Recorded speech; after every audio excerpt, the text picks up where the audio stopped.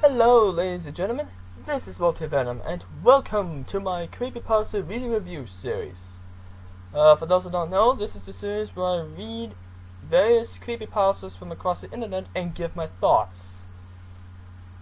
Last time I tried this series, I barely survived an encounter with a certain doll. So I need a break from Sonic creepypastas. Because I don't want to get that experience again. Today, I'm going to do a very popular creepypasta. It's nothing to do with video games. This one is Jeff the Killer. So, if I could get Jeff to do the annotation bit like the Sonic EXE and Tails doll did, I should be set. The phone's ringing. Okay, unknown number. Hello? Jeff? How'd you get my number? Who? The Joker gave you my phone number? How does he know? I mean, I figured you guys were long lost cousins or something, but how in the bloody hell did he get my phone number? Oh. Wait, what? You can't make it? Why not? Oh, that's too bad. I wanted to do the annotation bit as I read your story. Oh, that's too bad. Oh well, I'll find a good substitute for you. I think I know the perfect candidate. Wait, you already got one for me? Okay, who might that be? The Joker? Really? Okay, I'll give him a shout, and we'll see how it goes from there. Okay, thanks a lot, Jeff. Sorry you couldn't make it. Okay, do me a favor. Go to sleep.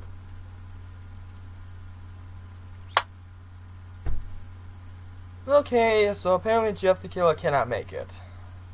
He says he's getting a little infection on his ruby lip smile. About time he got an infection, he should have got that years ago. Anyways, he asked the Joker to substitute for me. So I might as well give him a shout and let's see if he can do it. Oh yeah, he got my phone number because he asked me for it. I remember. Let's see if he answers. He never freaking answers. It's either that or he's always said some guy he's always on killing spree when he answers. So you gotta be careful when you call him.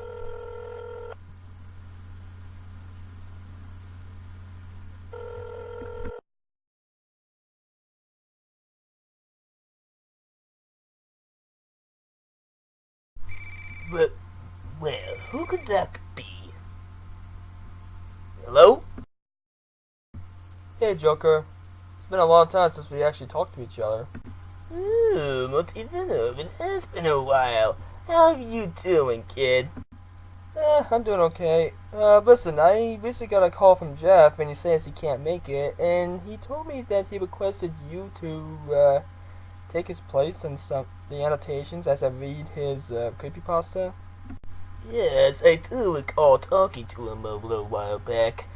Yeah, he did tell me that he's suffering an infection in his mouth due to him slicing his mouth open to bring the same smile as mine. Basically, we were competing to see who can smile the longest. And Jeff kinda cheated and he decided to cut his own face rather than do the smile itself. He recently got to him and he's been in the hospital for about 2 days. So he wants me to take his place, huh? Figures. I'm always the one stealing the show. it's a gift. Well, Joker, you've always been stealing the show every time I watch you. Care to take Jeff's place while I read his story? Why are you asking me this for? Of course I'll do it. Anything for my dear cuz. So, let the good times roll.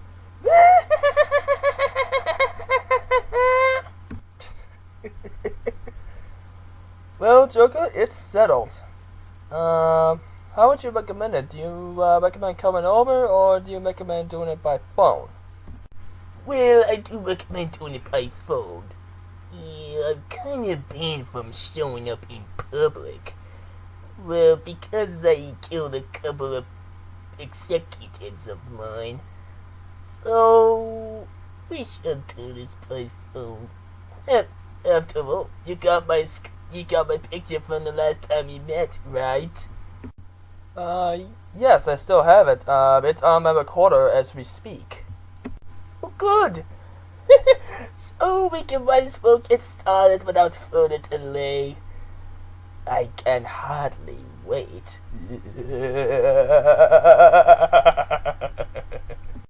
Alright, Joker. I'll place the phone on speaker and we can get started on reading this story. I really want to get this over with. So do I. Say, MultiVenom, do you mind if I started off with the headline? Well, be my guest. Right.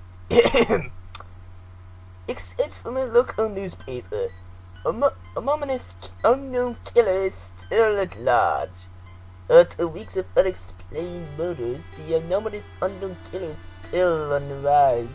After little evidence has been found, a young boy states that he survived one of the killer's attacks and bravely tells his story. I had a bad dream and I woke up in the middle of the night, says the boy. I saw that for some reason the windows were open, even though I remember it being closed before I went to bed. I got up and shut it once more. Afterwards, I simply crawled under my covers and tried to get back to sleep. That's when I had a strange feeling, like someone was watching me. I looked up and nearly jumped out of my bed. There, in a little ray of light illuminating from between my curtains, were a pair of 2 eyes. These weren't regular eyes. They were dark, ominous eyes. They were bordered in black and just plain out terrified me. That's when I saw his mouth. A long, horrendous smile that made my every hair on my body stand up. The figure stood there, watching me. Finally, after what seemed like forever, he said it. A simple phrase, but said in a way only a madman can speak. He said, "Go to sleep." I let out a scream. That's what sent him at me. He pulled up a knife, aiming at my heart. He jumped on top of my bed. I fought him back. I kicked, I punched, I rolled around, trying to knock him off me. That's when my dad busted in. The man threw the knife. It went into my dad's shoulder. The man probably would have finished him off if one of the neighbors hadn't alerted the police.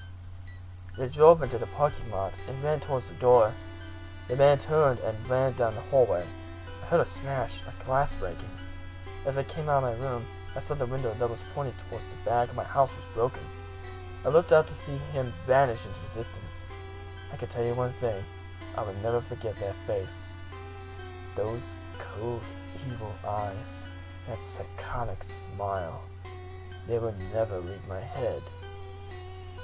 At least I still want to look for this man. If you see anyone that fits the description in this story, please contact your local police department.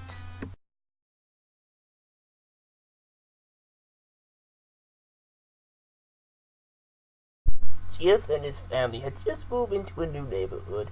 His dad had gotten a promotion at work, and they thought it would be best to live in one of those fancy neighborhoods. Jeff and his brother Luke couldn't complain though. A better new house. What was not to love? As they were getting unpacked, one of the neighbors came by. "Hello," she said. "I'm Barbara. I live across the street from you. Well, I just wanted to introduce myself and to introduce my son." She turns around and calls her son over. "Billy, these are our new neighbors." Billy said hi and went back to play in his yard. "Well," said Jeff's mom, "I'm Margaret, and this is my husband Peter, and my two sons, Jeff and Lou." They each introduced themselves, and then Barbara invited them to her son's birthday. Jeff and his brother were about to object, but their mother said that they would love to. When Jeff and his family were done packing, Jeff went up to his mom. "Mom, why would you invite us to some kid's party? If you haven't noticed, I'm not some dumb kid." "Jeff," said his mother, "we just moved here. We should show that we want to spend time with our neighbors. Now, we're going to their party, and that's final." Jeff started to talk, but stopped himself, knowing that he couldn't do anything. Whenever his mom said something, it was final. He walked up to his room and plopped down on his bed. He sat there looking at the ceiling, when suddenly he got a weird feeling. Not so much a pain, but a weird feeling. He dismissed it as just some random feeling. He heard his mother call him down to get his stuff, and he walked down to get it. The next day, Jeff walked down the stairs to get breakfast and got ready for school. As he sat there eating his breakfast, he once again got that feeling. This time it was stronger. It gave him a slight tugging pain, but he once again dismissed it. As he and Lou finished breakfast, they walked down to the bus stop. They sat there waiting for the bus, and then, all of a sudden, some kid on a skateboard jumped over them, only inches above their laps. They both jumped in surprise. "Hey, what the hell?" The kid landed and turned back to them. He kicked his skateboard up and caught it with his hand. The kid seems to be about 12, 1 year younger than Jeff. He wears an Aeropostale shirt and ripped blue jeans. Well, it looks like we got some new meat. Suddenly, two other kids appeared. One was super skinny, and the other was huge. "Well, since you're new here, I'd like to introduce ourselves. Over there is Keith." Jeff and Lou looked over to the skinny kid. He had a dopey face that you would expect a sidekick to have. "And he's Troy." He looked over at the fat kid. Talk about a double blood. This kid looked like he hadn't exercised since he was crawling. "And I," said the first kid, "am Randy. Now, for all the kids in this neighborhood, there is a small price for bus fare, if you catch my drift." He stood up, ready to punch the lights out of the kid's eyes, when one of his friends pulled a knife on him. Tisk, tisk. I had hoped you would be more cooperative, but it seems like we must do this the hard way. The kid walked up to Lou and took his wallet out of his pocket. Jeff got the feeling again. Now it was truly strong. A burning sensation. He stood up, but Lou just had to sit down. Jeff ignored him and walked up to the kid. "Listen here, you little punk. Give back my brother's wallet or else." Randy put the wallet in his pocket and pulled out his own knife. "Oh, and what would you do?" Just as he finished his sentence, Jeff popped the kid in the nose. As Randy reached for his face, Jeff grabbed the kid's wrist and broke it. Randy screamed, and Jeff grabbed the knife from his hand.